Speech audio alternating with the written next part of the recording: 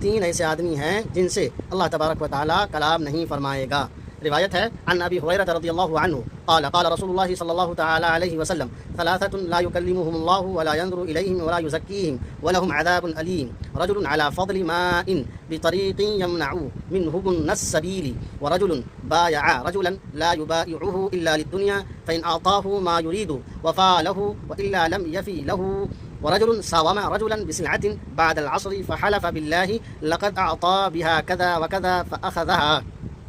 حضرت ابو ہریرہ رضی اللہ تعالیٰ عنہ نے بیان کیا کہ رسول اللہ صلی اللہ تعالیٰ علیہ وسلم نے فرمایا، تین طرح کے لوگ ایسے ہیں کہ اللہ تبارک و تعالیٰ ان سے بات بھی نہ کرے گا اور نہ ہی ان کی طرف نظر اٹھا کر دیکھے گا اور نہ انہیں پاک کرے گا،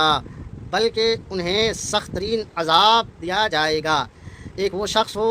جو سفر میں ضرورت سے زیادہ پانی لے جا رہا ہے اور کسی مسافر کو نہ دے۔ دوسرا وہ شخص ہے